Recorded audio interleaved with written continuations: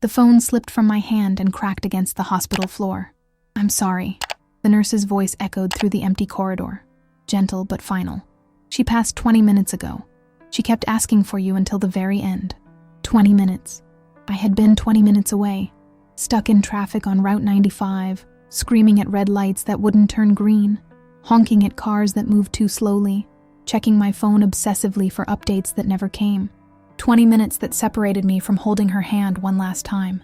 20 minutes that would haunt me for the rest of my life. I collapsed against the wall, my legs unable to support the weight of what I had just heard. Around me, the hospital continued its rhythm. Beeping machines, hurried footsteps, whispered conversations. But I heard nothing except those words repeating in my mind, like a cruel mantra. "She was waiting for you. How had it come to this? How had I let it come to this?" My name is Sarah Mitchell. I'm 47 years old, and I just lost the most important person in my life because I couldn't get there in time. But that's not entirely true. The truth is much more complicated, much more painful. I didn't lose my mother in those final 20 minutes. I had been losing her, slowly and deliberately, for the past 5 years. The fluorescent lights above me buzzed with an intensity that made my head throb.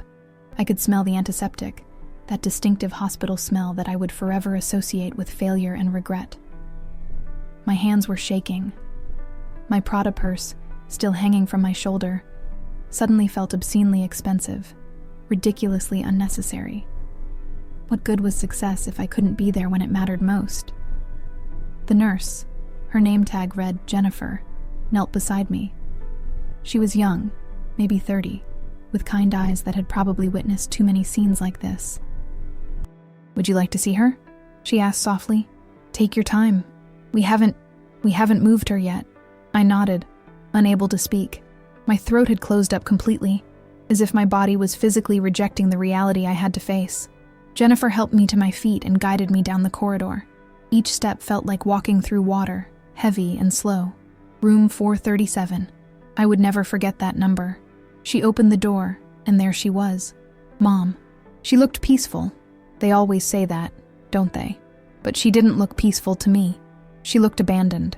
Her hand, still warm when I finally took it, was positioned on the bed as if reaching for something, reaching for someone. For me. The heart monitor that had been tracking her final heartbeats was now silent, its screen blank. The IV that had been keeping her hydrated hung uselessly from its stand. "I'm so sorry, Mom," I whispered, my voice breaking. "I'm so sorry." But sorry couldn't bring her back. Sorry couldn't change the fact that she had died alone, without the daughter she had raised, sacrificed for, loved unconditionally. Sorry was just another empty word I had become too good at saying. My phone buzzed in my pocket. A text from Marcus. "How's the meeting going? Did you close the deal?" The meeting. The goddamn meeting that I had prioritized over my dying mother. The deal that had seemed so crucial just 3 hours ago. So important that I had convinced myself I could make it to both. Seal the contract and get to the hospital in time. But life doesn't work that way. You can't have everything. You can't choose ambition over love and expect the universe to hold time still for you. I had made my choice, and now I would live with it forever. Let me tell you who I am, or rather, who I thought I was. Sarah Mitchell, Senior Vice President of Marketing at Branson & Associates, one of Boston's most prestigious advertising firms. Corner office on the 32nd floor, floor-to-ceiling windows overlooking the harbor. Assistant who brings me oat milk lattes without being asked. 2-bedroom condo in Back Bay. Luxury car, designer wardrobe. The American dream, right? The kind of success story they write articles about. Single mother rises to corporate heights. Single mother. That's what I became at 23 when James decided fatherhood wasn't for him. Left me pregnant with Emily, promising he'd be back, knowing he wouldn't. Mom had been furious, but not at me. Never at me. "We'll do this together," she had said, holding my hand in that same hospital where she would later die. "You and me, baby girl. We're a team." And we were. For 24 years, we were an unbreakable team. Mom, Patricia Ann Henderson, had never been wealthy. She had worked 2 jobs most of her life. Daytime receptionist at Henderson Family Dentistry, no relation, she always joked, and evening shifts at Rosie's Diner on Cambridge Street. Her hands were always dry from washing dishes, her feet always aching from standing too long. But she never complained. Not when she gave up her bedroom so Emily could have her own room. Not when she wore the same 3 outfits on rotation so I could have proper work clothes for interviews. Not when she worked double shifts so I could go to night school. She was my everything. My mother, my best friend, my hero. So how did I end up missing her death? The answer is complicated, woven through years of small decisions that felt right at the time, but accumulated into something unforgivable. It started innocently enough, working late to prove myself, missing Sunday dinners occasionally, phone calls cut short because of urgent emails. "You go ahead, honey," Mom would say. "I understand. You're building a future for you and Emily." Emily, my daughter, 24 now, living in Seattle, working for an environmental nonprofit, probably wondering why I'm not answering her calls. She had begged me to take time off when Grandma got sick. "Mom, please, the company can survive without you for a few weeks. Grandma can't." But I didn't listen. I never listened. 3 months ago, Mom was diagnosed with stage 4 pancreatic cancer. The doctors had been blunt. 6 months, maybe less. I remember sitting in Dr. Richardson's office, hearing words like palliative care and quality of life, while mentally calculating which projects I could delegate, which meetings were truly unmovable. Even then, even in that moment, I was thinking about work. "I'll cut back," I had promised Mom that evening, holding her frail hand in mine. We were in her small apartment in Somerville, the same 2-bedroom she'd rented 40 years ago, filled with furniture from thrift stores and photographs of our family. "I'll work from home more. I'll be here." She had smiled, that knowing smile that mothers have when they can see through their children's lies. "Don't make promises you can't keep, Sarah. I know how important your career is. You're more important," I had insisted, but I didn't act like it. Over the following weeks, I hired a home health aide named Rosa, a kind woman from Guatemala who needed the work. I told myself this was better, professional care, someone qualified to manage medications and monitor symptoms. What I didn't admit was that it was easier for me, easier to write checks than to be present, easier to visit for an hour after work than to truly show up. Rosa became Mom's companion while I became a visitor in my own mother's final chapter. The hospital room felt colder now. Or maybe it was just me. I pulled a chair close to the bed and studied Mom's face, memorizing details I should have paid attention to months ago. When had she gotten so thin? When had the gray in her hair turned completely white? When had those lines around her eyes deepened so much? I had been too busy to notice. Too busy closing deals, impressing clients, climbing the corporate ladder. Too busy to see that the most important person in my life was slipping away while I chased success that suddenly felt hollow and meaningless. Outside the window, Boston continued its evening routine. Lights flickered on in office buildings. Cars moved through streets. People hurried home to their families, to the people they loved. Life went on, indifferent to my grief, unconcerned with my regret. Jennifer, the nurse, returned with forms. Paperwork. Even death requires paperwork. "There's no rush," she said gently. "Take the time you need." But there was no more time. Time had run out exactly 20 minutes before I arrived. I picked up my phone and scrolled through our text messages. The last one from Mom was from yesterday. "Love you, sweetheart. Don't work too hard." My response, sent hours later. "Love you too. Busy day. We'll try to visit this weekend." Try. I said I would try. I set the phone down and finally let myself cry. Deep, wrenching sobs that came from a place I had kept locked away for too long. The kind of crying that changes you, that marks a before and after in your life. I cried for all the Sunday dinners I had missed, for all the phone calls I had cut short, for all the moments I could never get back. But mostly, I cried because she had waited for me. Even at the end, even when her body was failing and death was calling, she had held on, hoping I would make it in time, and I hadn't. The funeral was held at St. Catherine's Church in Cambridge, the same church where I had been baptized, where Emily had been baptized, where Mom had prayed every Sunday without fail. I hadn't been inside in years. The pews were filled with people I barely recognized, neighbors from Mom's building, regulars from Rosie's diner, old friends whose names escaped me. They all had stories. Mrs. Chen from apartment 3B talked about how Mom would bring her soup when she was sick. Tommy, a line cook at the diner, described how Mom had lent him money for his daughter's school supplies. Father Miguel mentioned the countless hours Mom had volunteered at the church food pantry. I sat in the front row, numb and hollow, listening to stories about a woman I thought I knew but clearly hadn't appreciated. Not really. Not the way these people did. Emily sat beside me, silent and pale. She had flown in from Seattle within hours of my call, arriving with red eyes and an expression that mixed grief with something else. Disappointment? Anger? Probably both. She held my hand during the service, but her grip was mechanical, dutiful rather than comforting. My brother David sat on my other side. David. I should have known he would find a way to make this about him. We hadn't been close in years. His choice more than mine, though he'd never admit it.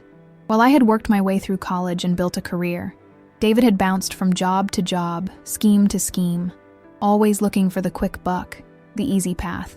Mom had bailed him out more times than I could count. Rent payments, DUIs, credit card debt. She never said no to him. Never. She was my son, Mom would say whenever I questioned her enabling. He needs help. What he needed was accountability, but Mom's love was blind when it came to David.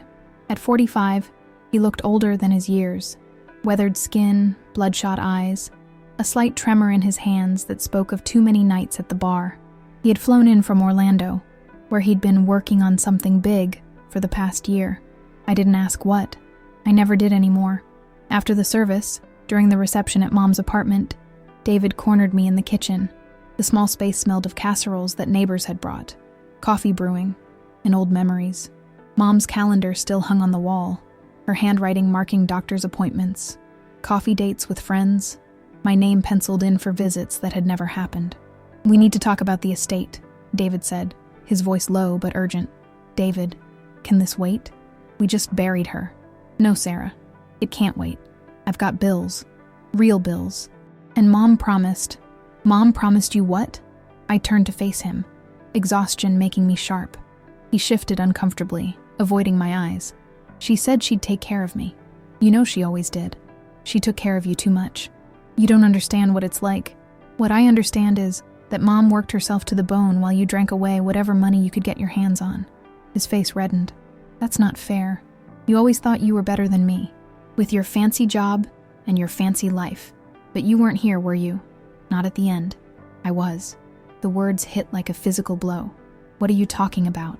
David's expression shifted, something calculating sliding behind his eyes. "I was here, Sarah, the last 3 weeks. Stayed in her apartment, helped Rosa, kept her company. Where were you?" "I was working." "You were always working." He laughed, bitter and cold. "Even now you can't admit it. You abandoned her and we both know it." "How dare you? How dare I?" His voice rose, drawing attention from people in the living room. "How dare you? You're standing here in your designer dress, crying crocodile tears, but where were you when she was scared? When she was in pain? When she needed her daughter?" Emily appeared in the doorway, her face pale. "Uncle David, please." "No, Em. Your mom needs to hear this." He turned back to me, and now there was something uglier in his expression. Triumph. "Mom changed her will 3 weeks ago. Did you know that?" The room seemed to tilt. "What?" "She changed her will. Had Father Miguel witness it. Everything. The apartment, her savings, everything. She left it to me." I stared at him, unable to process what he was saying. "You're lying." "Am I?" He pulled a folded document from his jacket pocket, waving it at me. "It's all legal. She said I needed it more than you. Said you were too busy being successful to care about family. Mom would never. Mom did." He smiled, and it was the cruelest thing I'd ever seen. "Guess she finally saw you for what you are. Too busy for your own mother. But I'm sure you'll make time for her funeral, right? Good optics for the corporate executive." He walked away, leaving me standing in Mom's kitchen, surrounded by her things, drowning in disbelief and rage. People were staring now, whispering. I could feel their judgment, their pity, their vindication of whatever gossip they'd been harboring. Emily touched my arm. "Mom, don't." I pulled away, unable to bear even her touch. "Just don't." I needed air. I needed space. I pushed through the crowd, ignoring condolences and sympathetic looks, and fled to my car. Inside, I gripped the steering wheel and tried to breathe. It couldn't be true. Mom wouldn't do that. She wouldn't cut me out. Would she? But even as I denied it, a small voice whispered in my mind, Would you blame her if she did? I had missed her death by 20 minutes. Maybe in her eyes, I had missed much more than that. I drove aimlessly through Cambridge, past familiar landmarks that triggered avalanche of memories. Henderson Family Dentistry, where Mom had worked for 30 years. Rosie's Diner, its neon sign flickering in the twilight. The elementary school where I had attended, where Mom had never missed a parent-teacher conference despite working 2 jobs. How had everything gone so wrong? My phone rang. Emily. I let it go to voicemail. I couldn't talk to her, couldn't face her disappointment on top of David's accusations. Instead, I pulled into a parking lot and let myself remember, really remember, who my mother had been and who I had been before ambition consumed me. I was 7 years old when Dad left. I remember standing at the window, watching his car disappear down the street, Mom crying quietly in the kitchen. David was 9, confused and angry. He had thrown a tantrum, broken a lamp. I had been silent, trying to be good, trying not to add to Mom's burden. The next morning, Mom had sat us down at the kitchen table, that same table that was still in her apartment, and made us a promise. Your father may have left, but we're still a family. We're going to be okay, better than okay. We're going to be extraordinary. And she had made it happen. She took the second job at the diner. She stretched every dollar until it screamed. She showed up to my school plays wearing her work uniform because she had come straight from her shift. She helped me with homework at midnight, because those were the only hours she had free. She taught me that hard work mattered, that education was the way out of poverty, that I could be anything I wanted to be. You're special, Sarah, she would tell me, brushing my hair before school. You're going to do great things. You're going to have the life I never could. I believed her. I worked harder than anyone. Straight A's, scholarships, honor societies. I was going to make her proud. I was going to prove that her sacrifices weren't in vain. Then I got pregnant at 23. I thought it was the end. My scholarship revoked, my plans shattered, my future collapsing. I had cried in Mom's arms, apologizing over and over. I ruined everything. I'm so sorry. You didn't ruin anything, she had said firmly. You're having a baby, my grandbaby. That's not ruin, sweetheart. That's life. When James left, when I was truly alone and terrified, Mom had stepped in without hesitation. She didn't judge. She didn't lecture. She just loved me and helped me survive. She moved into my tiny studio apartment, sleeping on the couch so Emily and I could have the bedroom. She worked extra shifts so I could go to night school. She watched Emily while I studied for exams, while I went to job interviews, while I slowly, painfully, rebuilt my life. Don't thank me, she would say when I tried to express gratitude. This is what mothers do. We show up. Show up. She had shown up for everything. Every milestone. Every achievement. Every setback. When I graduated with my business degree, 7 years later than planned, Mom was in the front row, crying and clapping, with 4-year-old Emily on her lap. When I got my first real job at Branson & Associates, Mom took me shopping for professional clothes, spending money she didn't have to make sure I looked the part. When I got promoted, when I got my corner office, when I bought my condo, she celebrated every victory as if it were her own, because to her, they were. My success was our success, our family's success. But David had taken a different path. He dropped out of community college. He bounced from job to job. He partied too much, drank too much, made excuses for everything. And Mom enabled him, pouring money into his failures, believing every promise that this time would be different. Why do you keep giving him money? I had asked her once, frustrated after David had crashed her car and needed bail money. Because he's my son, and he's struggling. He's using you. Maybe. Her smile had been sad. But what if one of these times, I'm the reason he turns his life around? What if my love is what saves him? It never did. David continued his pattern, and Mom continued hers. I told myself I was different. I was the one who had made something of herself. I was the one she could count on. But somewhere along the way, I stopped showing up. It happened gradually. A missed Sunday dinner because of a work deadline, a shortened phone call because of a meeting, a canceled visit because a client needed me, small betrayals that accumulated into something much larger. You're busy, honey, Mom would say. I understand. You have responsibilities. And I let her give me that excuse. I let her absolve me even when I should have fought harder to be present. 5 years ago, I made senior VP. It was everything I had worked for. The title, the salary, the power. The night I got the promotion, I took Mom and Emily to dinner at the finest restaurant in Boston. Mom wore her best dress, the navy one she saved for special occasions. She was so proud, so happy. "I always knew you could do it," she had said, squeezing my hand across the table. "I couldn't have done it without you, Mom." But after that night, something shifted. The demands of the position consumed me. 18-hour days became normal. Weekends disappeared. Vacations got canceled. I told myself it was temporary, that I just needed to prove myself in the new role, that things would settle down soon. They never did. Or maybe I never let them. Emily noticed first. "Mom, you're never home anymore," she'd complained when she was 19. "Even when you're here, you're not really here. You're always on your phone." "I'm building a future for us," I had replied, using Mom's own words against my daughter. What good is a future if we don't have a present? I should have listened. Instead, I doubled down on work, convinced that success was worth the sacrifice, that they would understand someday. Mom never complained. Not once. Even as I canceled visits, cut phone calls short, missed holidays, she smiled and said she understood. She made excuses for me to family, to friends, to herself. The last time I saw her before the hospital, really saw her, spent real time with her, was 8 months ago. Christmas dinner at her apartment. I had arrived late, left early, and spent half the time checking emails. She had made my favorite dishes, decorated the tree, wrapped presents she couldn't afford. "Stay longer," she had asked when I stood to leave. "I can't, Mom. I have a presentation on Monday. It's Christmas." "I know, and I'm sorry, but this is important." She had hugged me at the door, held on longer than usual. "I love you, sweetheart, more than you'll ever know." "Love you too, Mom." Those were the last words I said to her outside of a hospital room. The last normal moment before cancer stole her future, and my negligence stole her final months.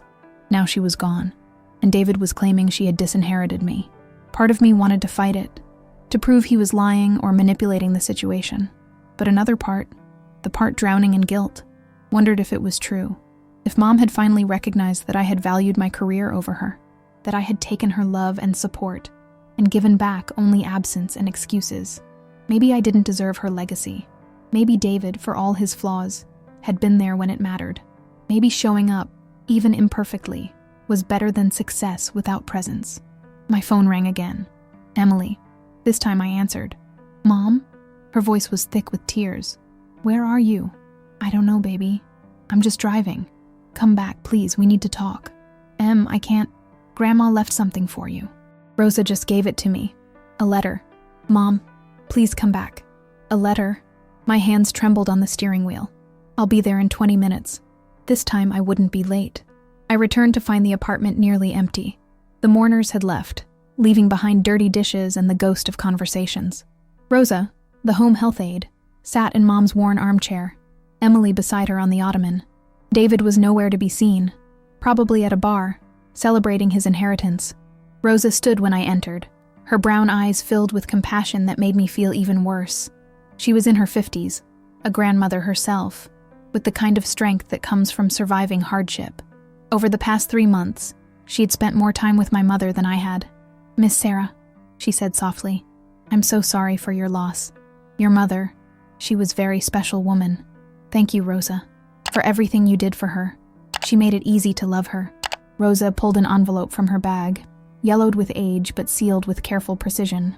My name was written on the front in Mom's familiar handwriting, slightly shaky but still hers. "She gave me this 2 weeks ago, made me promise to give it to you after she was gone. She said you would need it." My hands shook as I took the envelope. It felt heavy, weighted with more than just paper. Emily watched me with red-rimmed eyes, her expression unreadable. "Should I go?" Rosa asked. "No," I said quickly. "Please stay. You were with her. You should hear this too." I sat on the couch, the same couch where Mom had slept so many nights so Emily and I could have the bedroom. The same couch where we had watched movies, where she had comforted me through breakups and failures, where she had held baby Emily and sung lullabies. Every inch of this apartment held memories I had ignored while chasing success. With trembling fingers, I opened the envelope. Inside were several pages, handwritten, some spots blurred as if tears had fallen while she wrote. I recognized Mom's handwriting even in its weakened state, the way she looped her G's, the way she crossed her T's with a flourish. I began to read aloud, my voice breaking almost immediately. My dearest Sarah, if you're reading this, I'm gone. I hope I went peacefully. I hope Rosa was with me. I hope, more than anything, that you made it in time to say goodbye. But if you didn't, I want you to know something important. I understand. I see you, sweetheart. I see how hard you work, how much pressure you carry, how desperately you want to prove yourself. I see the sacrifice of your time, your health, your happiness, all in pursuit of success. And I understand because I did the same thing when you were young. I worked myself to exhaustion trying to provide for you and David, trying to be enough when your father left us with nothing. The difference is, I had no choice. You do. Sarah, my brilliant, ambitious, beautiful daughter, you're running from something, and it's not towards success. You're running from the fear of becoming me, the fear of being the woman who didn't have enough, who couldn't give her children everything they deserved, who wore secondhand clothes and worried about every penny. But you misunderstood what I gave you. It wasn't just material support. It wasn't just money for school or help with Emily. What I gave you was my presence, my time, my attention. That's what made the difference, not the sacrifices themselves. I had to stop reading. Tears blurred the words, my throat too tight to continue. Emily moved to sit beside me, her hand finding mine. Rosa wiped her own eyes with a tissue. After a moment, I continued. You've accomplished everything I dreamed for you. The education, the career, the independence. You're strong and successful and remarkable. But somewhere along the way, you forgot that success without love, without connection, without presence, is just sophisticated loneliness. I need you to know, I'm not angry with you. I'm not disappointed. I'm heartbroken, but not for me, for you.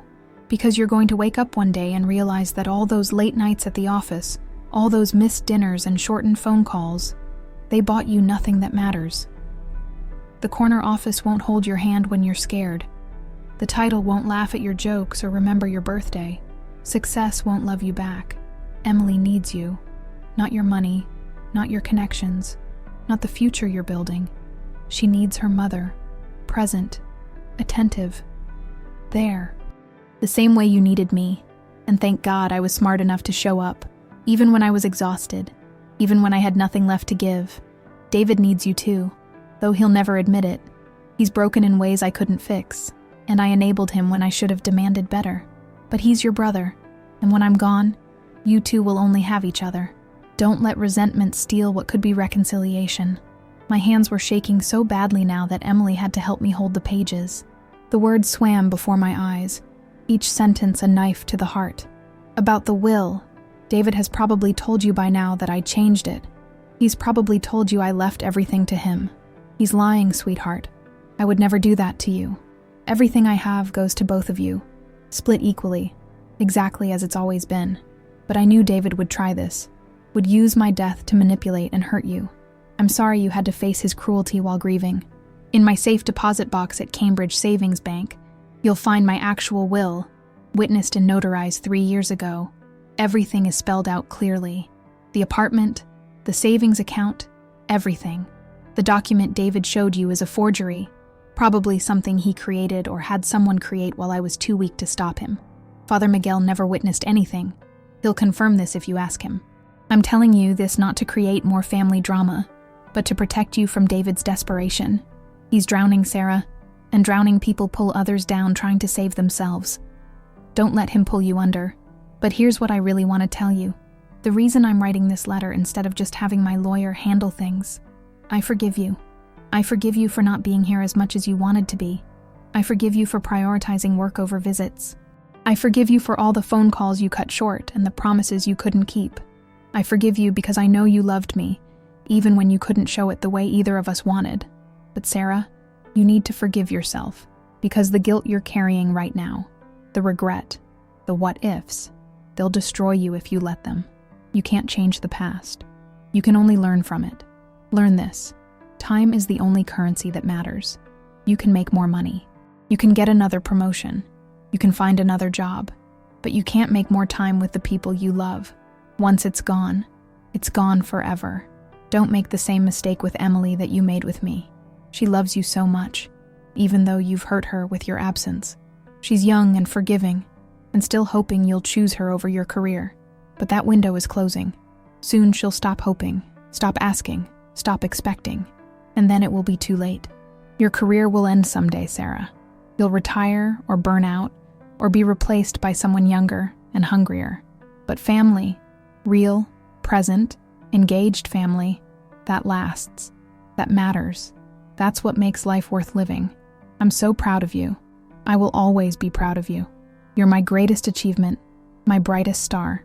But I'm begging you, sweetheart, don't wait until it's too late to realize what truly matters. Live differently. Love harder. Show up. Be there for Emily the way I was there for you. That's all I want. That's my legacy.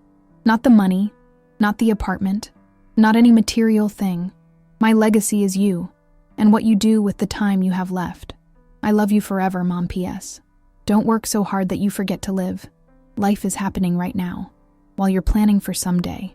Someday is today. Don't miss it. The letter ended there. I sat in silence, the pages trembling in my hands. My heart shattered into pieces I didn't know how to reassemble. Emily was crying openly now, her head on my shoulder. Rosa had her hands clasped in prayer. She dictated most of it to me, Rosa said softly. The last few days when she was very weak, she would wake up and remember something else she wanted to tell you, and she would make me write it down. She loved you so much, Miss Sarah. So much. I killed her, I whispered. My absence killed her. No. Emily's voice was fierce despite her tears. Don't you dare. Grandma wouldn't want that. She wrote that letter to free you, not to chain you to guilt. But how could I be free when the truth was so obvious? I had chosen wrong. Again and again, I had chosen career over family, success over presence, ambition over love, and now Mom was gone, and no amount of regret could bring her back. The apartment felt smaller suddenly, closing in on me with its accumulated memories and missed opportunities. On the refrigerator hung a photo from Emily's high school graduation, Mom beaming, me checking my phone. On the bookshelf sat the coffee mug I had given Mom for Mother's Day 10 years ago, the one that said, "World's Best Mom." She had used it every single day until the cancer made holding things difficult. Evidence of her love was everywhere. Evidence of mine was nowhere. David burst through the door, drunk and aggressive. Did you tell her yet, Rosa? Did you tell her she's not getting a dime? I stood, Mom's letter still in my hand, and something shifted inside me. The grief remained, heavy and suffocating, but beneath it, a spark of something else ignited. Anger, clarity, purpose. Rosa didn't tell me anything, I said calmly, but Mom did.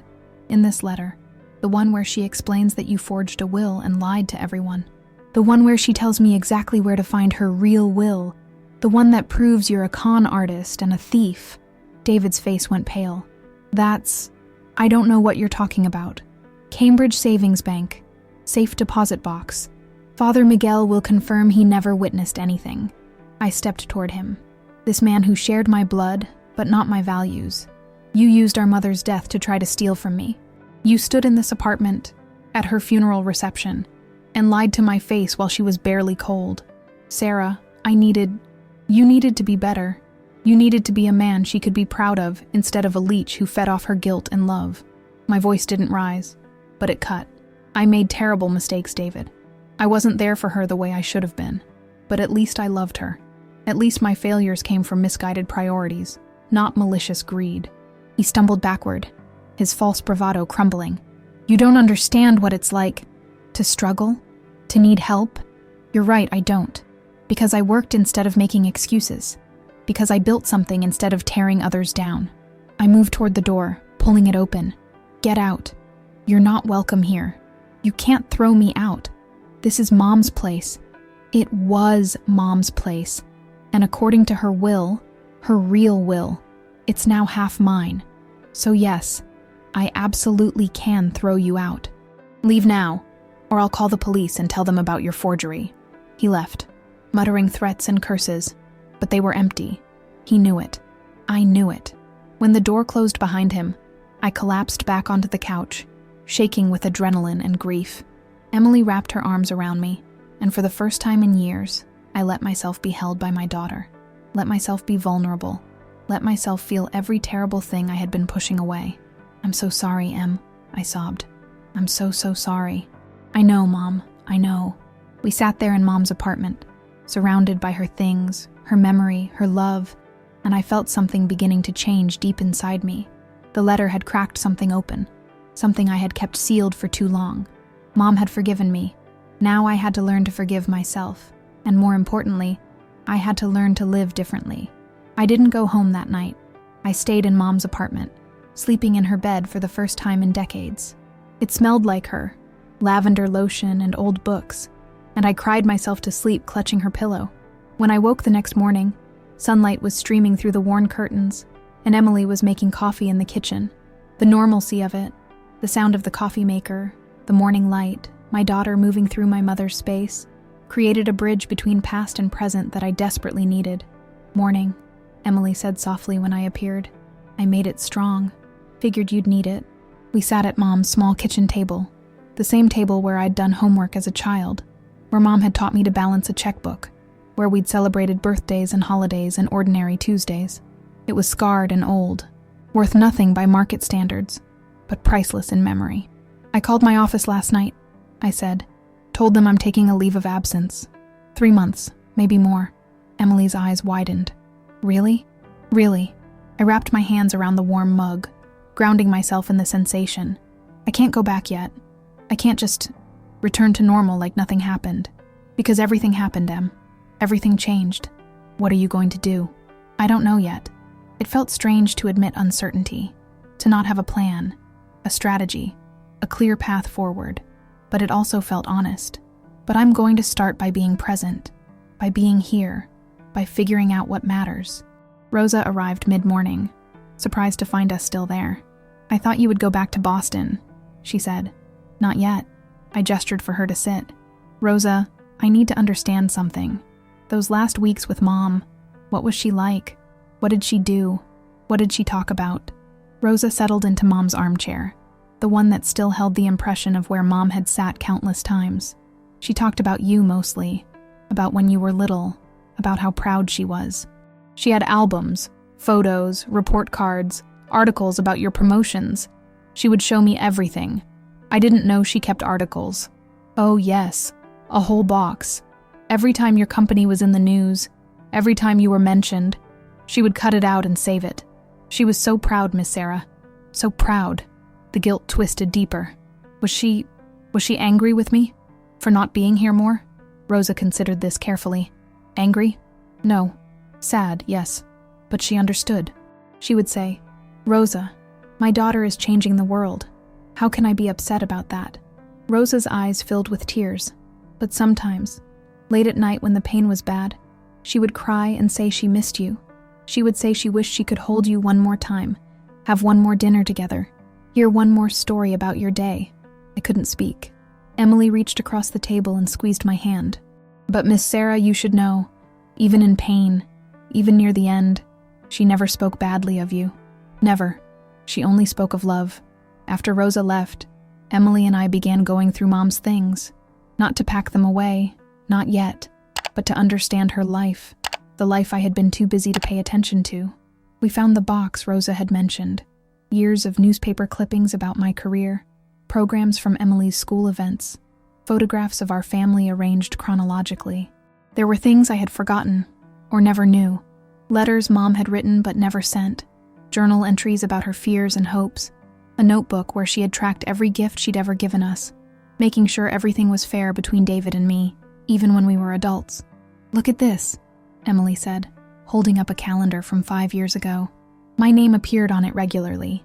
Dinner with Sarah, coffee with Sarah, Sarah visiting, but nearly all of them were crossed out with a note, Sarah working, or Sarah canceled. The evidence of my absence was irrefutable, documented in Mom's own hand. We found something else too, a savings account passbook tucked into a Bible. Mom had been setting aside money, small amounts over years, and it had grown to nearly $50,000. There was a sticky note attached, for Emily's wedding or Sarah's emergency. Love never runs out. She was still taking care of us, Emily whispered. Even while she was dying, she was taking care of us. I thought about my own bank account, my investments, my retirement fund. I had money, real money, but I had never thought to give any back to Mom, not meaningfully. I paid for her medications, yes, and hired Rosa, but I had never just helped. Never made her life easier the way she had always made mine easier. My phone buzzed. My assistant, Sarah, the Brennan contract needs your signature ASAP. Can you remote in? I stared at the message, feeling its pull, the old instinct to respond immediately, to prioritize work, to prove my indispensability. The Brennan contract was worth millions. It was important, but so was this. Being here, going through Mom's things, connecting with Emily, grieving properly. That was important too. More important. I typed back, I'm on leave. Direct all urgent matters to Tom. Everything else can wait. And then I turned my phone off completely. Emily noticed. I don't think I've ever seen you do that voluntarily. New rules, I said.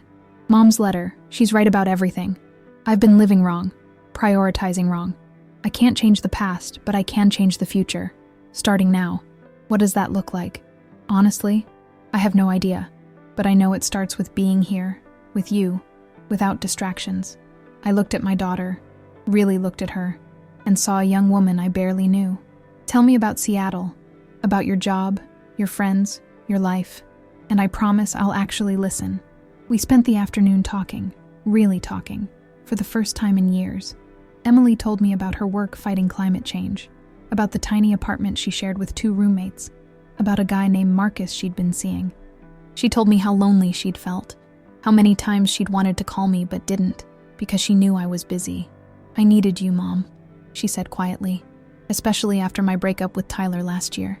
I needed my mom, and you weren't there. I didn't know about Tyler, because I stopped telling you things. What was the point? You'd listen for 5 minutes and then have to take a call. Each revelation was a wound, but necessary. I needed to understand the full cost of my choices, not to torture myself, but to ensure I never made the same mistakes again. That evening, I called Father Miguel and asked him about David's claims. As expected, he confirmed he had witnessed no will, no changes, nothing. Your mother's affairs are in order, Sarah. She was very careful about that. Whatever David told you is fiction. I felt validation, but no triumph. Proving David was a liar didn't fix anything important. I called my lawyer and arranged to collect Mom's real will from the bank. Then I did something I'd never done before. I asked the lawyer to set up a trust for David, not from Mom's estate, but from my own money, enough to get him into a good rehab program, to cover his expenses for a year while he got clean, to give him a real chance at rebuilding his life. Are you sure? The lawyer asked. After what he tried to do? I'm sure. Mom would want me to try one more time, but the money goes directly to the rehab facility and for rent. Nothing he can liquidate or abuse. And if he doesn't take it, if he refuses help, then I'm done. I tried. It wasn't forgiveness yet, but it was the beginning of understanding that holding on to anger toward David would only hurt me. Mom had wasted years enabling him. I wouldn't waste years hating him. I was learning, slowly and painfully, what Mom had tried to teach me in her letter. That presence and connection matter more than being right, more than success, more than anything I'd been chasing. That night, Emily and I ordered Chinese food and ate it straight from the containers at Mom's kitchen table, and it felt like the most important meal of my life. We laughed and cried and made plans. Emily would stay for another week. I would come visit her in Seattle next month. We would have video calls every Sunday, no matter what. Small commitments, but sacred ones. Before bed, I read Mom's letter again, and this time I focused on the ending. Someday is today. Don't miss it. I had missed so much already, but I was awake now, changed, ready to live differently. Mom's death had broken me, but maybe if I paid attention, it could also remake me into someone she would be proud of, not because of my career or my success, but because I finally understood what mattered. Time, love, presence, family, the things she had given me my entire life, the things I was only now learning to give back. The safe deposit box at Cambridge Savings Bank contained more than just Mom's will. It contained her entire life, organized with the care she brought to everything. The will itself was straightforward. Everything split equally between David and me. with specific provisions that the apartment could never be sold without both our signatures, ensuring neither could be forced out. There were life insurance policies I didn't know existed, bonds she'd purchased over decades, small amounts that had accumulated into something substantial, letters she'd written to Emily and me, to be opened on specific birthdays. But the real revelation was in a manila folder marked important. Inside were documents I never knew existed. The deed to the apartment, not a rental agreement. Mom had owned it for the past 15 years. She had purchased it quietly, never mentioning it, continuing to live frugally as if nothing had changed. Why wouldn't she tell us? Emily asked, studying the deed. Because she didn't want us to treat her differently, I realized. She didn't want our help. She wanted to keep being the one who helped us. There were stock certificates, too, purchased methodically over years. Nothing flashy, just steady investments in stable companies. Blue-chip stocks that had grown exponentially since their purchase dates. I did the math quickly, my business training kicking in. Combined with the savings, the bonds, the life insurance, Mom's estate was worth close to $800,000. Grandma was almost a millionaire? Emily's voice reflected my own shock. Rosa had mentioned Mom working at Henderson Family Dentistry for 30 years. I pulled out another document, a letter from the dental practice dated 5 years ago. It thanked Mom for her service and confirmed her retirement benefits, including a generous pension that had been quietly accruing since 1980. She never stopped working at the diner, I said, pieces clicking together, even after she had enough to retire comfortably. Why? Emily found the answer in a worn notebook, Mom's careful handwriting documenting monthly payments. She was sending money to someone, $500 every single month for the past 10 years. We traced the payments to an account belonging to Maria Hernandez, Rosa's daughter. Mom had been paying for Maria's college education, every semester, every year. Rosa didn't know. The payments came anonymously through a scholarship fund Mom had set up through the church. Your mother, she saved my family, Rosa told us when we confronted her with this discovery. Tears streamed down her face. Maria has her degree now. She's a nurse. I always wondered who the anonymous donor was. I prayed for them every day, whoever they were. Mom never mentioned it? Never. She said nothing about money, nothing about helping. She just loved people quietly. The revelations continued. We found receipts for hospital bills Mom had paid for neighbors, canceled checks to St. Catherine's food pantry, donations totaling hundreds of thousands of dollars over decades. Evidence of a woman who had money, but lived as though she didn't, not out of miserliness, but because she preferred to give it away. She could have traveled, Emily said, crying now. She could have bought nice things, lived in a better place. Why did she keep living like this? I understood then, with painful clarity. Because she wanted to keep giving. If people knew she had money, they'd stop letting her help them. This way, her sacrifice meant something. Her work at the diner meant something. She could keep being needed. It was beautiful and heartbreaking. Mom had spent her life making others feel valuable by allowing them to receive her love disguised as sacrifice. Even after she could afford comfort, she chose connection instead. But there was one more folder, this one marked Sarah. Inside were documents I'd completely forgotten about. The loan paperwork from when I started my business degree, $50,000 borrowed from various sources. I'd paid it back over 10 years, scrimping and saving, so proud of my independence. Except the paperwork showed something different. Mom had been the primary lender, creating a fake loan company to preserve my pride. Every payment I'd made had gone into a savings account she'd set up for Emily. She let you think you'd done it alone, Emily whispered, so you could be proud. There were other documents too. The down payment for my condo. Mom had matched my savings without telling me, working with my mortgage broker behind the scenes. The scholarship Emily had received for her undergraduate degree was actually funded by Mom through another anonymous mechanism. Even my car, the luxury sedan I'd thought I'd earned through a dealer promotion, showed evidence of Mom's invisible hand. She'd negotiated a deal, paid the difference, and let me believe in my own success. She had been supporting me my entire adult life, secretly, carefully, allowing me to believe I was self-made when really, I was mom-made. Every achievement I claimed, she had helped build. Every success I celebrated, she had quietly enabled. The truth was humbling and crushing. I had thought I was the successful one, the one who had made it, who had risen above. but I had only risen because Mom was constantly lifting me up, invisible and uncredited. Why didn't she tell me? I asked Rosa, my voice breaking. Because she knew you needed to believe in yourself. She knew if you understood how much she helped, you might not try as hard, or you might feel guilty. She wanted you free to achieve, to succeed, to become everything you could be. Her gift was letting you think you did it alone. I thought about every time I'd felt proud of my accomplishments, every promotion I'd celebrated, every milestone I'd reached.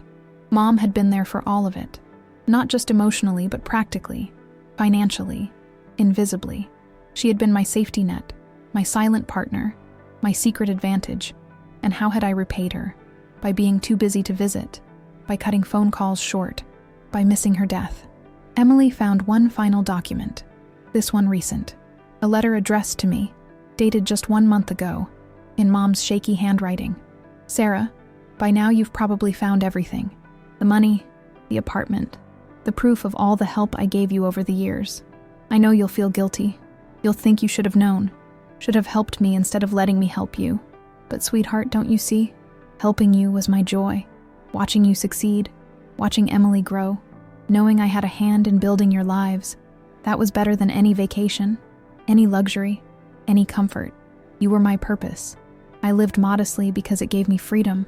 Freedom to give without strings, to help without recognition, to love without conditions. The apartment, the investments, the savings, they weren't for me. They were always for you and Emily. Every penny I saved was so you two would be okay after I'm gone. You've spent your life trying to prove you don't need help. But everyone needs help, Sarah. Everyone. The measure of a life isn't whether you needed help. It's what you did with it. And look what you did. You became extraordinary. Not despite my help, but because you used it wisely, built on it, multiplied it. Now it's your turn. Not to pay me back. You can't, and I don't want you to. But to pay it forward. Use this money, this security, to live differently, to help Emily the way I helped you, to be present, to be generous, to be free from the fear that drove you to work so hard. You're rich now, sweetheart, not just financially, but in every way that matters. You have Emily, you have time, you have choices. Don't waste them chasing more success. You already have everything you need. All my love, Mom.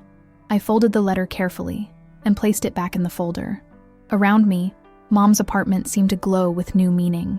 Every worn piece of furniture, every faded photograph, every simple decoration was evidence of priorities I was only beginning to understand. She had been powerful all along, not in the way the world measures power, but in the ways that actually matter.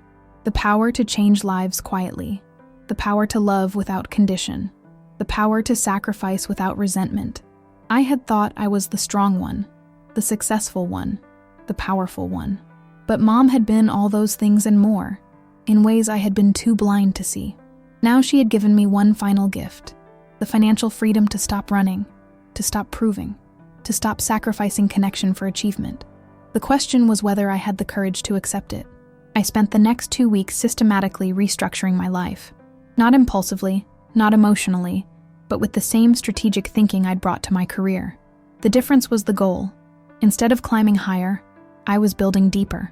First, I met with my boss, Catherine Brennan, founder and CEO of Branson & Associates. We met at a coffee shop near her office, neutral ground for a difficult conversation. 3 months isn't enough, I told her. I need to step back permanently. Not leave the company, but restructure my role. Catherine studied me over her cappuccino, her expression unreadable. We'd worked together for 15 years. She'd mentored me, promoted me, trusted me with massive accounts. What are you proposing? Consulting basis. 20 hours a week maximum. I'll work on major strategy for our top 3 clients. Mentor my replacement, but no day-to-day management. No emergency calls. No weekend work. You're our top performer, Sarah. The clients trust you. They trust my strategies, not my availability. Tom can execute. He's been ready for years. I just haven't let him prove it. This is about your mother. Yes. And my daughter, and myself. I met her eyes. I've been running on ambition and fear for 20 years. It built something impressive, but it cost me everything else. I can't do it anymore. I won't. She was quiet for a long moment. You know what I see? I see someone making the decision I was too scared to make. My kids are grown now, and I barely know them. My marriage ended because I chose board meetings over anniversaries. She smiled sadly. If I could go back, I'd make your choice. Take it, Sarah. Life's too short. We worked out the details over the next week. Significant pay cut, but still comfortable. Flexible schedule. No required office presence. I would transition Tom into my role over 3 months, then step into the background. It felt terrifying and liberating in equal measure. Next, I dealt with David. I hired a private investigator first. I needed to know what I was working with. The report was depressing but unsurprising. 3 DUIs, 2 bankruptcies, a gambling problem, and a string of failed relationships. But also, no criminal record beyond the DUIs. No violence. No malicious patterns. Just a man drowning in his own poor choices. I met him at a diner in Somerville, the same one Mom had worked at for years. He showed up disheveled and defensive, reeking of whiskey and regret. "I know you forged that will," I said before he could speak. "I have Mom's real will. I have Father Miguel's statement. I could press charges." He slumped in the booth, all bravado gone. "I'm sorry, I was desperate. I don't know what I thought. You thought you could take advantage of my guilt. And you were right. I do feel guilty, but not guilty enough to let you steal from me. So you're here to gloat? No, I'm here to give you a choice." I slid a folder across the table. "There's a rehab facility in New Hampshire. 30-day program, top rated for addiction and gambling. I've paid for your spot. If you complete it, I'll cover 6 months of sober living, get you into therapy, help you find legitimate work." He stared at the folder like it might explode. "Why would you do this?" "Because Mom would want me to try one more time. Not for you, for her. This is the last time, David. Take it or don't. But either way, I'm done enabling. If you accept help, we can rebuild a relationship. If you don't, I'll respect your choice, but we're finished." "And Mom's estate?" "Split equally, as her will specifies. The apartment we'll decide on together once you're clean. If you're not clean in a year, my lawyer has instructions to buy out your half at fair market value. Your choice." He opened the folder, reading the details with shaking hands. "I don't deserve this. Probably not. But Mom loved you anyway. I'm going to try to do the same. But with boundaries, she never set. I left him there, not knowing what he'd choose. I had done what I could. The rest was up to him. The hardest conversation was with Emily. We sat in Mom's apartment, surrounded by boxes. We'd decided to keep it, at least for now. A place to stay when visiting Boston. A shrine to Mom's memory. A reminder of what mattered. "I want you to move back to Boston," I said. Emily's eyes widened. "Mom, I have a life in Seattle. My job can be done remotely or transitioned. Nonprofits exist here too. I'm not asking you to sacrifice your career. I'm asking you to let us rebuild our relationship while we still can. This is really sudden. No, it's 20 years too late. I missed your childhood because I was working. I missed your adolescence, your college years, your first real relationship. I can't get those back, but I can be present now, if you'll let me." She was quiet, studying her hands. "What does that actually look like? Because I don't want promises you can't keep." "Fair. Here's what I'm thinking.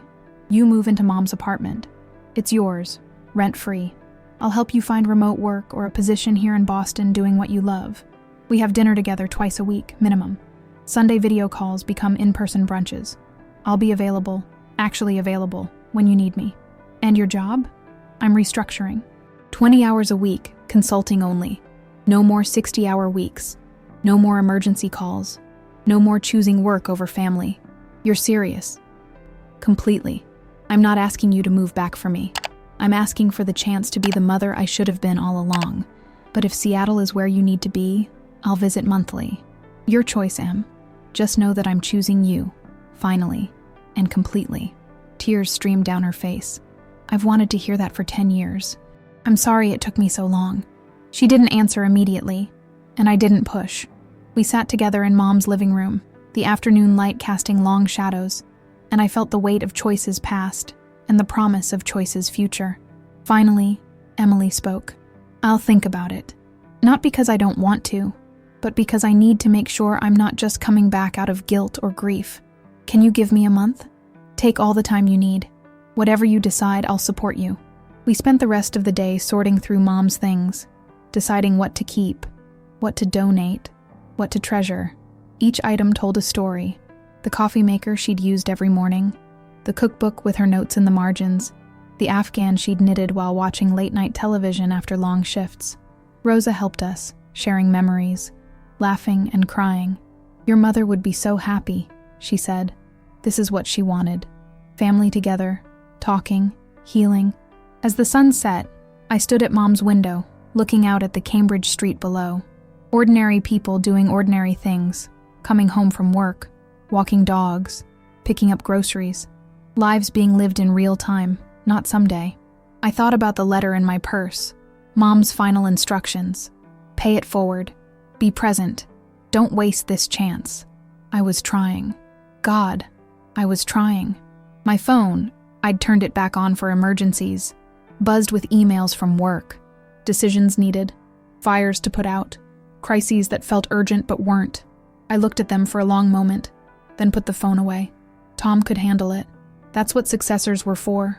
I had more important things to do, like being here, like showing up, like learning, finally and completely, what mattered. Mom had given me the tools I needed: financial security, family ties, and the painful wisdom that comes from loss. Now I had to use them wisely. The counterattack wasn't against David or work or external forces. It was against my own worst instincts, my own fears, my own patterns. It was choosing presence over productivity, connection over achievement, love over success. It was becoming the woman Mom always believed I could be, if I just slowed down enough to try. 6 weeks after Mom's death, everything came to a head at St. Catherine's Church. Father Miguel had organized a memorial service, not the funeral, but a celebration of life where people could share stories. I had resisted initially, wanting to keep my grief private, but Emily convinced me it was important. "Grandma touched a lot of lives," she said. "They deserve to remember her together."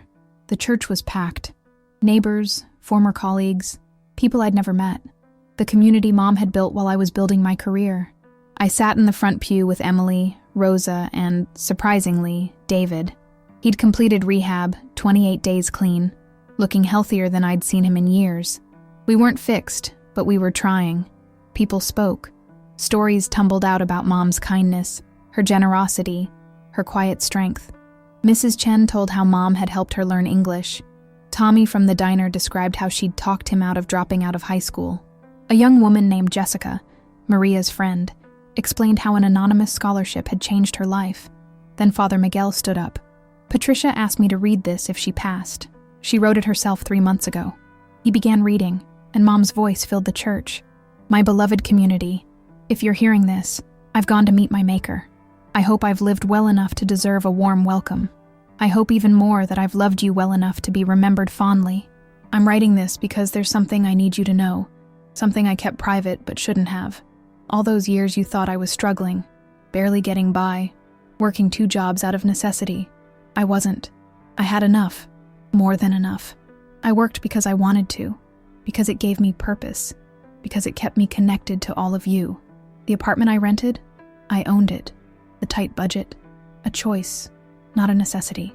The anonymous donations to the church, the scholarships, the paid hospital bills, those were me. I had the means to live differently, but I chose this life because this life was rich in what mattered: community, connection, purpose. I'm telling you this not to shock you, but to make a point. Wealth isn't measured in dollars. It's measured in relationships, in how many lives you touch, in how much love you give away. I was wealthy beyond measure because I knew all of you. I worked beside you, prayed with you, laughed and cried with you. My daughter Sarah thought success meant corner offices and promotions. My son David thought it meant easy money and shortcuts. But you knew the truth. Success is showing up. Success is being present. Success is loving people right where they are. I leave you with this challenge. Don't wait until you're dying to tell people you love them. Don't wait until it's too late to be present. Don't sacrifice today for someday. Someday isn't guaranteed. Live now, love now, show up now. And please be kind to my children. They're figuring it out, just like we all do. They'll make mistakes, but they're trying. That's all any of us can do. Thank you for being my life's greatest joy. With all my love, Patricia. The church was silent except for sniffling and quiet crying. I felt exposed, Mom's words revealing truths I'd tried to keep hidden. Everyone knew now about my absence, my misplaced priorities, my failure. But Father Miguel wasn't finished. Patricia left specific instructions for today. She wanted certain people to receive certain things. He pulled out a list. Maria Hernandez. Patricia left you her recipe collection and a letter explaining she funded your education. She was proud of you. Maria stood sobbing as Father Miguel handed her a box. He continued down the list. Tommy got Mom's favorite diner mug and a letter encouraging him to pursue his dream of culinary school, with tuition prepaid. Mrs. Chen received Mom's jewelry box and a letter thanking her for friendship across cultural divides. On and on, person after person, each receiving a personal item and a letter of love and encouragement. Finally, Father Miguel called my name. Sarah Mitchell, your mother left you this. He handed me a small box. Inside was Mom's wedding ring, the one she'd continued wearing decades after my father left, and a final letter. I opened it with shaking hands. Sarah, you're probably mortified right now, sitting in church while everyone learns your secrets. I'm sorry, but you needed this. You needed to understand that your failure wasn't hidden, wasn't unknown. People knew, and they loved you anyway. You think you need to be perfect to deserve love. You think you need to achieve, to succeed, to prove your worth. But sweetheart, you've always been worthy. Not because of what you did, but because of who you are. My daughter, your daughter's mother, a child of God, a human being doing her best. The ring I'm leaving you was a symbol of love that failed. Your father promised forever and delivered 5 years, but I wore it anyway as a reminder. Love is a choice, not a feeling. I chose to love you every day, even when I was hurt by your absence. I chose to love David even when he disappointed me. I chose to love this community even when they couldn't pay me back. That's the secret, Sarah. Love isn't transactional. It's not earned or deserved. It's given freely, and in giving it, we become free. You're free now. Free from the need to prove yourself, free from the fear that drove you, free from the guilt that haunted you. I forgive you. God forgives you. Now forgive yourself, and love freely. Love Emily. Love David. Love yourself. Love your work, but don't let it be your identity. Love life in all its messy, imperfect glory. That's my final lesson. That's my legacy. Not the money, not the apartment, not anything, but this truth. Love is what makes life worth living. Everything else is just noise. Wear my ring and remember. Remember that you are loved. Remember that you are enough. Remember that showing up is the most powerful thing you can do. Show up, Sarah. Keep showing up. That's all I ever wanted. Forever yours, Mom. I couldn't read the last paragraph aloud. My voice broke completely. Emily took the letter and finished it for me, her voice steady despite tears. When she finished, something unexpected happened. The congregation, these people who knew my failures, who had heard Mom's gentle rebuke, stood up. One by one, they came forward. They hugged me. They cried with me. They whispered forgiveness and encouragement. We all make mistakes, Mrs. Chen said. Your mama knew you loved her, Tommy added. You're here now. Rosa squeezed my hand. That's what matters. The confrontation I expected, judgment, condemnation, righteous anger, never came. Instead, I received grace. Undeserved, unexpected, overwhelming grace. As the service ended and people filed out, David approached me. We stood awkwardly, two siblings united by loss and divided by history. I'm sorry, he said finally, for the Will thing, for being drunk at the funeral, for everything. I'm sorry too, for judging you, for not helping sooner, for thinking I was better than you. You were better than me. No, I was just broken differently. We hugged, tentatively at first, then tighter. Two people who shared a mother, who had both failed in different ways, who were both trying to learn from their mistakes. Emily joined us, and the three of us stood there, what remained of our family, and I felt something shift. Brokenness, yes. Regret, absolutely. But also hope. Also possibility. Also love. Mom had orchestrated this moment, knowing we needed public accountability, community support, and each other. She had forced me to face my failures in the most humiliating way possible, and then shown me that failure doesn't define us. How we respond to it does. As we left the church, stepping into the afternoon sunlight, I felt lighter than I had in months. The secret was out. The pretense was gone. I was just Sarah now. Not the successful executive, not the absent daughter. Just a woman trying to live better, love harder, show up more. Mom's final public lesson was complete. Now came the private work of actually living it. 3 months later, I stood in Mom's apartment, my apartment now, and barely recognized it. Emily had moved in, adding her energy and life to Mom's careful order. Plants lined the windows. Books I'd never heard of filled the shelves.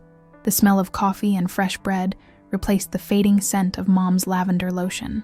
Emily was working remotely for an environmental nonprofit based in Boston, happy to be back, healing alongside me. David was 3 months sober, working construction, attending AA meetings. We had dinner together every Thursday, all 3 of us, stilted and awkward but trying. I was consulting 20 hours a week, enough to stay intellectually engaged but not enough to consume me. The rest of my time I spent learning to live, really live, for the first time in decades. Today was significant. Emily's 25th birthday, the age I had been when she was born, when my life had felt over before it truly began. I'd spent the morning preparing Mom's recipe for chocolate cake, following her handwritten instructions, crying over her notes in the margins.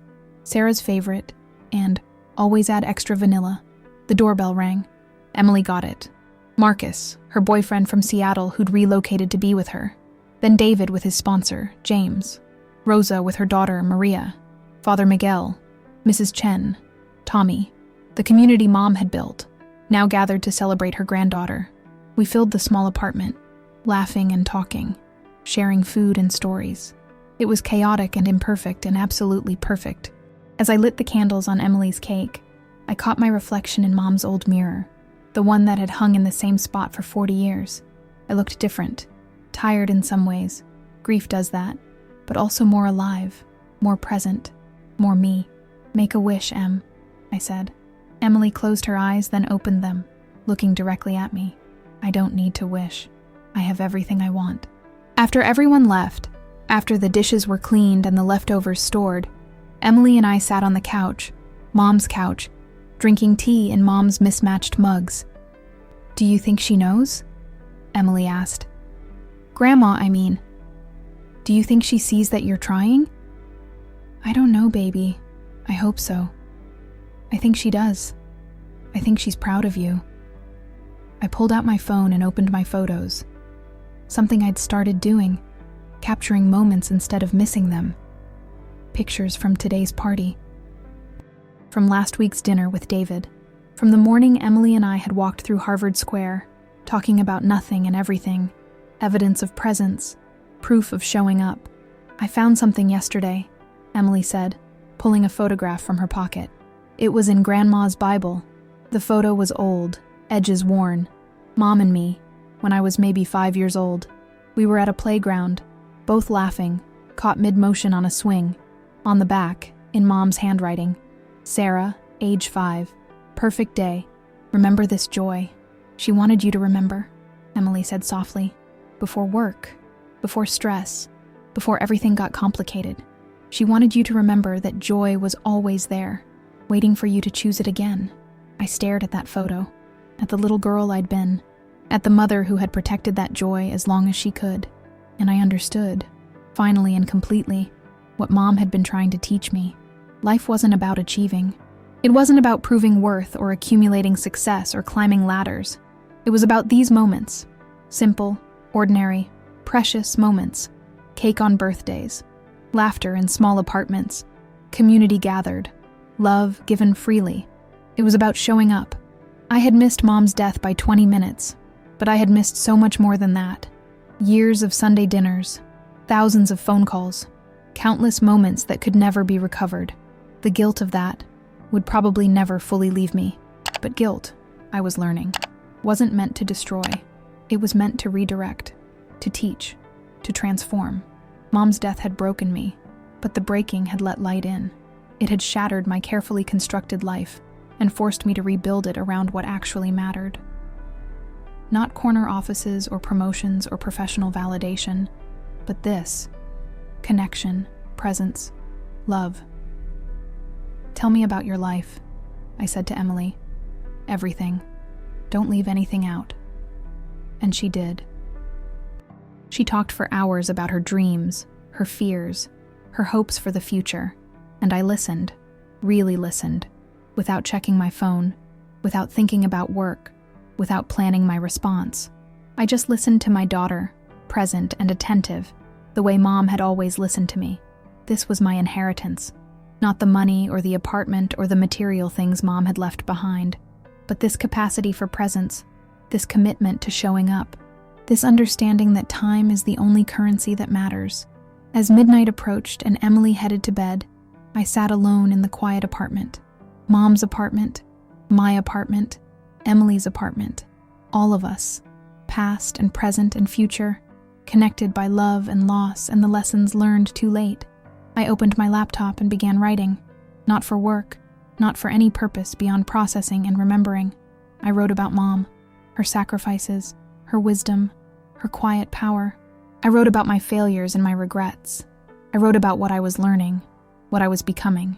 And I wrote a promise, a covenant with myself. I will show up. For Emily, for David, for the life I've been given. I will choose presence over productivity, connection over achievement, love over success. I will honor Mom's legacy not by being perfect, but by being present. I will live now, not someday. I will love now, not eventually. I will be here now, not later, because later is a lie. Later doesn't come. We only have now, this moment, this day, this opportunity to choose what matters. Mom had given me everything: life, support, love, wisdom. And in her death, she'd given me one final gift: the chance to change, the courage to live differently, the permission to choose joy over achievement, presence over success, love over everything else. The nurse's words still haunted me. She was waiting for you, but they meant something different now. Not just that final day in the hospital, but all the days before. Mom had been waiting for me to wake up, to see clearly, to understand what mattered. She had waited patiently, loving me through my blindness, hoping I'd eventually find my way home. And I had. Too late to hold her hand as she died, but not too late to honor how she lived. I looked at Mom's ring on my finger, the symbol of love that endures despite failure, that persists despite imperfection. I thought about the apartment around me, filled with her presence even in her absence. I thought about Emily sleeping in the next room, David in his sober living facility, Rosa at home with her family. This whole community Mom had knit together through quiet acts of love. Her legacy wasn't in things. It was in us, the people she'd shaped, the lives she'd touched, the love she'd given so freely. And now it was my turn to carry it forward. I closed my laptop and stood at the window, looking out at Cambridge, the city where I'd been born, where Mom had raised me, where she'd died alone while I sat in traffic. Below, the streets were quiet, just a few late-night wanderers making their way home. Home. I was finally home. Not just physically, but spiritually, emotionally. Home in the understanding of what mattered. Home in the commitment to live differently. Home in the choice to show up every day for the people and moments that made life worth living. I called Mom's number, knowing it was disconnected, needing to hear her voice one more time. Her voicemail greeting played. "Hi, you've reached Patricia. I can't come to the phone right now, but leave a message and I'll call you back. Love you." "Hi, Mom," I whispered. "It's me. I know you can't call back, but I needed to tell you something. I'm trying. I'm really trying. I'm showing up now, like you always did. I'm being present, choosing love, living in today instead of someday. I'm sorry it took your death to wake me up, but I promise I won't waste this lesson. I promise I'll honor you by being the person you always believed I could be. I love you. Thank you for everything. Thank you for never giving up on me, even when I gave up on you. Rest well, Mom. I've got it from here." I ended the call and wiped my tears. Tomorrow would bring new challenges, new opportunities to choose presence over absence. But tonight, I was exactly where I needed to be, showing up, finally, completely, home.